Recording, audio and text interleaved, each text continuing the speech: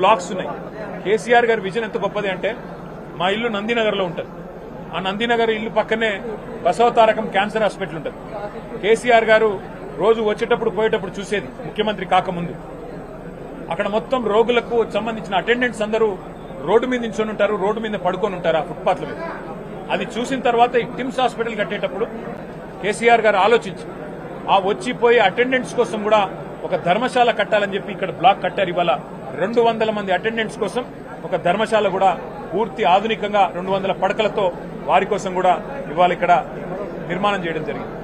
1200 కోట్ల రూపాయలతో ఈ నిర్మాణం నిజానికి కేసీఆర్ గారి ప్రభుత్వం ఉంటే 2 ఏళ్ల కిందనే అయిపోయేది. కానీ ఎక్కడ మాకు మంచి పేరు వస్తుందేమో అని చెప్పి కావాలని గుంజి ఇప్పటికీ మొత్తానికి సనత్ నగర్ ఈ షేప్కి వచ్చింది.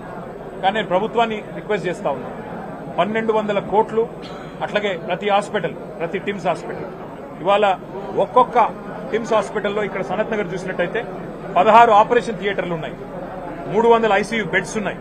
అట్లాగే బ్రహ్మాండమైన క్యాత్ ల్యాబ్స్, బ్రహ్మాండమైన రేడియాలజీ, ఎంఆర్ఐ, సిటీ, ఎక్స్రేలు, అన్ని రకాల మరి ఫెసిలిటీస్ ఇక్కడ ఉన్నాయి.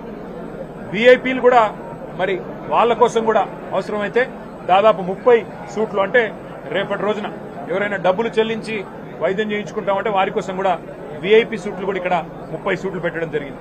డయాలసిస్ విభాగం ఉంది కిడ్నీ సంబంధించిన వ్యాధులకు. అట్లాగే ఇంకా ముఖ్యంగా పరిశోధనలు జరగాలి. టిమ్స్ అంటే కేవలం వైద్య సేవలే కాదు, ఎయిమ్స్ తరహాలో పరిశోధనలు కూడా జరగాలి. భారతదేశంలో ఉండే అత్యాధునికమైన వైద్య సిబ్బందితో ఎప్పటికప్పుడు సంప్రదింపులు కూడా జరపాలని చెప్పి ఒక అకాడమిక్ బ్లాక్, ఒక రీసెర్చ్ బ్లాక్, వాటితో పాటు మరి 300 కెపాసిటీ కలిగిన ఒక ఆడిటోరియం కూడా నిర్మాణం చేయడం జరిగింది. మరి ఇందాక నేను చెప్పినట్టు ఒక ధర్మశాల అటెండెంట్స్ కోసం, వారి కోసం కూడా విశాలమైన ప్రాంగణంలో 1000 కార్లు పట్టే విధంగా పార్కింగ్ వ్యవస్థ కూడా ఏర్పాటు చేయడం జరిగింది. అట్లాగే మీరు చూసినట్టయితే నిజంగా ఇక్కడికి వస్తే ఎంత సంతోషం అనిపించింది అంటే ఒక రాజభవనాన్ని తలపించే విధంగా, ఒక రాజప్రసాదాన్ని తలపించే విధంగా ఒక అపురూపమైన నిర్మాణం. ఎట్లా అయితే ఇవాళ కలెక్టరేట్లు ఉన్నాయో, ఎట్లా అయితే ఎస్పీ కార్యాలయాలు ఉన్నాయో అత్యాధునికంగా కొత్త జిల్లాలలో, అట్లాగే పేదలకు సంబంధించిన వైద్యాన్ని కూడా అంతే ప్రాముఖ్యత ఇచ్చి, అంతే ప్రాధాన్యత ఇచ్చి కేసీఆర్ గారు మనసు పెట్టి డిజైన్ లో నిమగ్నమైనారు. కాబట్టే 4 వైపులా ఇవాళ హైదరాబాద్ కి ఇట్లాంటి 4000 పడకల ఆసుపత్రులు వస్తా ఉన్నాయి టిమ్స్ రూపంలో. అట్లాగే నిమ్స్ ఎక్స్పాన్షన్ తో మరొక 2000 పడకలు అందుబాటులోకి రాబోతా ఉన్నాయి. నేను ప్రభుత్వాన్ని కోరుతున్నా, బేసిజానికి పోకండి. ఇది కేసీఆర్ గారు స్టార్ట్ చేశారు కదా, ఆయన ఆనవాళ్లు కదా, కాబట్టి మేం కడితే ఆయనకు పేరు వస్తుందేమో. ప్రభుత్వాలు మారుతా ఉంటాయి. ప్రభుత్వాలు అనేది కంటిన్యూస్ గా ఉండాల్సిన ఒక ఇన్స్టిట్యూషన్.